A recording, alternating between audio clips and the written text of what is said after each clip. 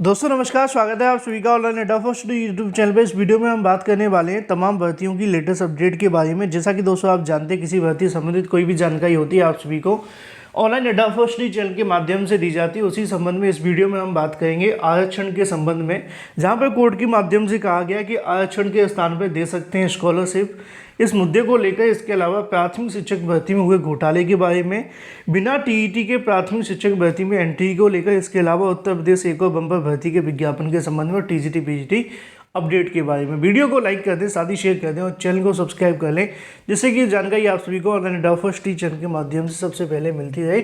चलिए दोस्तों वीडियो शुरू करते हैं। शुरुआत करेंगे अपनी सबसे पहली अपडेट के बारे में, जो कि संबंधित है नई भर्ती के जारी विज्ञापन को लेकर। मैंने आप सभी को देर शाम को एक वीडियो बनाते हुए जानकारी दी थी कि यहाँ पे वन दरोगा भर्ती को लेकर जो विज्ञापन है वो जारी कर दिया गया है। 701 पदों पे भर्ती देखने के लिए मिलती है। आवेदन 6 नवंबर तक आप कर सकते हैं। इसके आवेदन 17 अक्टूबर से शुरू कर दिए जाएंगे। नीचे लिखा हुआ है कि ऑनलाइन आवेदन के बारे में सचिव के माध्यम से जानकारी दे दी गई है। इसके अलावा पीईटी जो भी अभ्यर्थी क्वालिफाइड है बस वही आवेदन कर सकते हैं, बिना पीईटी के आप इसमें आवेदन नहीं कर सकते हैं, ठीक है। लेकिन यहाँ पे अगर बात की है योग्यताओं के बारे में, तो ग्रेजुएशन आपके पास होना चाहिए। ग्रेजुएशन आपके पास में अगर है, जैसे कि गणित के साथ में भौतिक विज्ञान, रसायन विज्ञान, वनस्पति विज्ञान, जंतु विज्ञान, वानिकी और इसके अलावा जो भी यहाँ विज्ञान लिखे हुए हैं, इससे 2 या 2 से अधिक विषय के साथ में अगर आपने यहाँ से ग्रेजुएशन कर रखा है, इन शॉर्ट अगर आपने बीएससी कर रखा है, तो आप भी इसके लिए आवेदन कर सकते हैं, ठीक है। यहाँ पे लिखा हुआ है कि आवेदन के लिए जो आपकी न्यूनतम अर्हता है वो 21 से लेकर 40 वर्ष की आपकी जो एज लिमिट है वो होनी चाहिए। इसके अलावा सीटों की संख्या मैंने आपको बता दी थी कि अन्य रिजर्व के अंदर 288 हैं। इसके अलावा एससी के अंदर 160 हैं, एसटी के अंदर 20 हैं, पिछड़ा वर्ग के अंदर 163 हैं और ईडब्ल्यूएस के अंदर अगर बात की जाए तो यहाँ पर 70 पद देखने के लिए मिलते हैं। अगर आप ज़्यादा जानकारी जानना चाहते हो तो कल देर रात को मैंने एक वीडियो अपडेट किया था, अगर आप उसको देखेंगे तो आपको पूरी जानकारी उस नोटिफिकेशन के अंदर मिल जाएगी। आवेदन करने के लिए आप सभी को जाना होगा upsc.gov.in पर। बात कर लेते हैं अपनी अगली अपडेट के बारे में, जो कि संबंधित है आरक्षण के संबंध में कोर्ट के माध्यम से की गई टिप्पणी को लेकर। इन दिनों सुप्रीम कोर्ट के अंदर लगातार आरक्षण को लेकर यहाँ से जो बहस है वो जारी है, और ये जो संबंधित है वो ईडब्ल्यूएस को लेकर है। ईडब्ल्यूएस के संबंध में बहुत सारे सवाल खड़े किए गए, चाहे वो अगर बात की वकीलों के माध्यम से, ओबीसी की लेयर और भी जो भी यहाँ पर पक्षकार हैं। तो इसी बीच सुप्रीम कोर्ट के माध्यम से भी कई अहम टिप्पणियां की जा रही हैं। कभी कभी लगता है कि सुप्रीम कोर्ट ईडब्ल्यूएस के पक्ष में है, कभी कभी सुप्रीम कोर्ट कुछ और भी यहाँ से जानना चाहता है, ऐसा लगता है इस मुद्दे को लेकर। मतलब हम कहें कि जब तक सुनवाई जारी है तब तक मामला किधर जा रहा है किधर नहीं, अभी कुछ भी कह पाना संभव नहीं है। लेकिन इन शॉर्ट पहले सुप्रीम कोर्ट का जो कहीं ना कहीं टिप्पणियाँ देखने के लिए मिली थी वो ईडब्ल्यूएस के पक्ष में थी, लेकिन भविष्य में क्या होगा उसका इंतजार है। यहाँ पर लिखा हुआ है कि ईडब्ल्यूएस आरक्षण के बजाय दे सकते हैं छात्रवृत्ति। नीचे लिखा है कि सुनवाई के दौरान सुप्रीम कोर्ट की एक अहम टिप्पणी देखने के लिए मिलती है। सुप्रीम कोर्ट ने बृहस्पतिवार को कहा कि गरीबी कोई स्थायी चीज़ नहीं है। उच्च जातियों के बीच आर्थिक रूप से कमजोर वर्गों को विभिन्न सकारात्मक कार्यों के माध्यम से भी बढ़ावा दिया जा सकता है, जैसे कि सरकारी नौकरी, शिक्षण संस्थानों में 10% आरक्षण के बजाय छात्रवृत्ति देकर। इसको लेकर यहाँ से लिखा हुआ है सीजेआई समेत यूयू ललित, इसके अलावा 5 सदस्यीय संविधान पीठ ने कहा कि आरक्षण शब्द के सामाजिक और वित्तीय सशक्तिकरण जैसे अलग अलग अर्थ हैं, और यह उन वर्गों के लिए है जो सदियों से उत्पीड़ित हैं। आरक्षण सदियों के उन लोगों को दिया जाता रहा है जिन्हें उनकी जाति और व्यवसाय के कारण यहाँ से लंचित किया गया है, या फिर सरकारें अगली क्षेत्रीय श्रेणियों के ईडब्ल्यूएस के आरक्षण की फेर में पड़े बगैर छात्रवृत्ति या फिर मुफ्त शिक्षा जैसी सुविधाएं देकर भी आगे बढ़ा सकती है। पीठ ने कहा कि जब अन्य आरक्षण की बात होती है तो यह वंश से जुड़ जाता है, वह पिछड़ापन और कुछ अस्थायी और भी तमाम चीज़ें देखने के लिए मिलती हैं।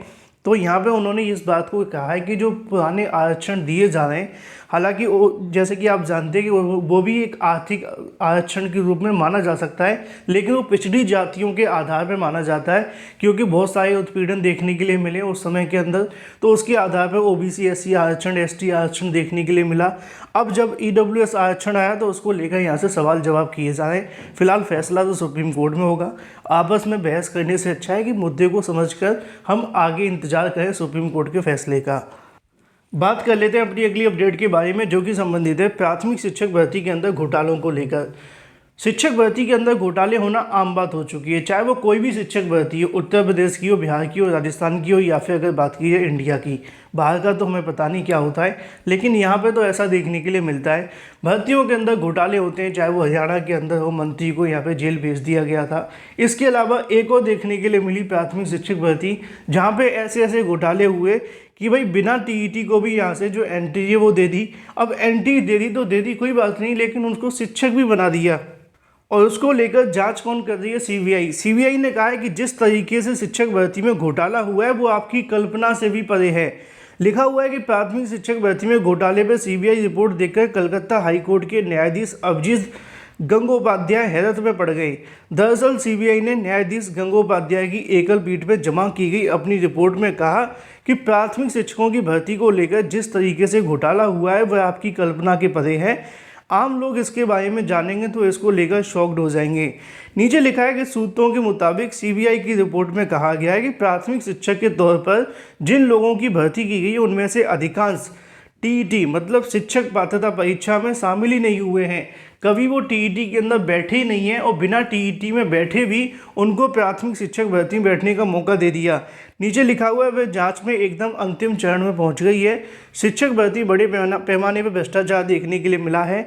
जानकारी मैं आपको बता दूं, ऊपर लिखा हुआ है, यहाँ पे कोलकाता ब्यूरो से जारी की गई है। कलकत्ता के अंदर आप सभी को पता होना चाहिए कि हाल ही में यहाँ पे वो गिरफ्तारी भी देखने के लिए मिली थी वहाँ के शिक्षा मंत्री की, प्राथमिक शिक्षक भर्ती में हुए घोटाले को लेकर। और एक मज़े की बात मैं आपको बता दूं, ये जो प्राथमिक शिक्षक भर्ती घोटाले को लेकर सड़कों पर जो विरोध में उतरे थे वो थे भाजपा कार्यकर्ता। मतलब बीजेपी के माध्यम से कोलकाता के अंदर सड़कों पर उतरकर शिक्षक भर्ती जांच की मांग की गई थी। और एक दूसरी तरफ उत्तर प्रदेश के अंदर शिक्षक भर्ती में दबादब घोटाले हो रहे, लेकिन ना तो यहाँ पे बीजेपी और ना ही समाजवादी पार्टी और ना ही दूसरी कोई सरकार सड़कों पर उतर के इसकी मांग करती है जिससे कि सरकार पर प्रेशर बने। चलिए बात कर लेते हैं उत्तर प्रदेश में आने वाली एक और बम्पर भर्ती के विज्ञापन के बारे में। एक भर्ती तो आ गई है, लेकिन उत्तर प्रदेश में कई और भर्तियों के विज्ञापन जारी हो रहे हैं जो कि अलग अलग विभागों के अंदर देखने के लिए मिल रहे हैं। और अब यहाँ पे बात की जाए राज्य कर विभाग के अंदर। राज्य कर विभाग के अंदर लिपिक संवर्ग की बम्पर भर्ती की तैयारियां हैं। राज्य कर विभाग में लिपिक संवर्ग की कर्मचारियों की बम्पर भर्ती की तैयारियां हैं। इसके लिए मौजूदा विभाग के माध्यम से 30 जून 2023 तक के सभी खाली पद होने के बारे में जो ब्यौरा है वो तैयार करना शुरू कर दिया गया है। इस संबंध में डिप्टी कमिश्नर ने सभी जोन के अपर आयुक्तों को एक सप्ताह में रिक्त पदों की सूचना मुख्यालय भेजने को लेकर दे दी है। असल में मामला ये है कि सरकार ने जब से जीएसटी लागू किया है तो वहाँ पे क्या हुआ है, थोड़ी सी स्टाफ की कमी हो गई है। उस स्टाफ को बढ़ाने के लिए अब यहाँ से जो प्रयास हैं वो किए जा रहे हैं। नीचे भी लिखा भी हुआ है जैसा कि आप यहाँ से देख सकते हैं। दरअसल प्रदेश में जीएसटी लागू हो जाने के बाद से विभागीय कामकाज का दायरा जो है बढ़ गया है। इससे लिपिकीय संवर्ग में समेत अन्य अराजपत्रित शहरी कर्मचारियों की संख्या काफ़ी कम हो गई है। पहले इसमें भी अगर बात की जाए 245 से अधिक पद खाली हैं। इस तमाम पदों को जोड़कर यहाँ से आपके सामने जो भर्ती है वो देखने के लिए मिलेगी, लेकिन वर्तमान में एक बड़ी संख्या में पद आने वाले हैं। बात कर लेते हैं चयन बोर्ड की भर्तियों के बारे में। चयन बोर्ड के ऊपर भर्तियों को लटकाने की प्रथा है। टीजीटी पीजीटी भर्ती हो या फिर चयन बोर्ड से निकलने वाली कोई भी भर्ती सालों साल लटकी रहती हैं। अभी भी आप जानते हैं कि 2011 की भर्ती जीव विज्ञान लटकी हुई थी। उसके अलावा अगर बात की जाए 2013 की प्रधानाचार्य की भर्ती लटकी हुई थी। 2016 की जीव विज्ञान की भर्ती लटकी हुई थी। मतलब 10-10 साल 12-12 साल तक भर्तियों को लटकाने का जो तजुर्बा है वो चयन बोर्ड के पास में है। अभ्यर्थी समय समय पर चयन बोर्ड के सामने धरना प्रदर्शन करते रहते हैं। यहाँ पे भी आपको देखने के लिए मिलेगा कि चयन बोर्ड पर गरजे प्रधानाचार्य के अभ्यर्थी। लिखा हुआ है उत्तर प्रदेश माध्यमिक शिक्षक संघ की ओर से बैनर तले प्रधानाचार्य भर्ती 2013 के परिणाम को लेकर जारी करने की मांग को लेकर प्रदेश के माध्यमिक शिक्षा सेवा चयन बोर्ड प्रदर्शन किया। धरने का नेतृत्व करने वाले अभ्यर्थियों के माध्यम से बहुत सारी जानकारियाँ लिखी हुई, जिनमें उनका कहना है कि चयन बोर्ड के यही रवैया रहा तो संगठन आर पार की लड़ाई के लिए मजबूर होगा। मामला ये है कि भाई इनकी ओर से भर्तियां निकाली तो जाती हैं, लेकिन भर्तियों को एक लंबे समय के लिए लटका दिया जाता है। और ये प्रथा इन्होंने 10 साल 12 साल तक लगातार कंटिन्यू रखी है। आज तक 2013 की भर्ती को पूरा नहीं कर पाए। 9-10 साल बाद छात्र का क्या हाल होता होगा अंदाज़ा लगाइए। लेकिन अभी भी वो भर्ती के परिणाम के लिए धरना प्रदर्शन कर रहे हैं। वीडियो को लाइक कर दें, साथ ही शेयर कर दें।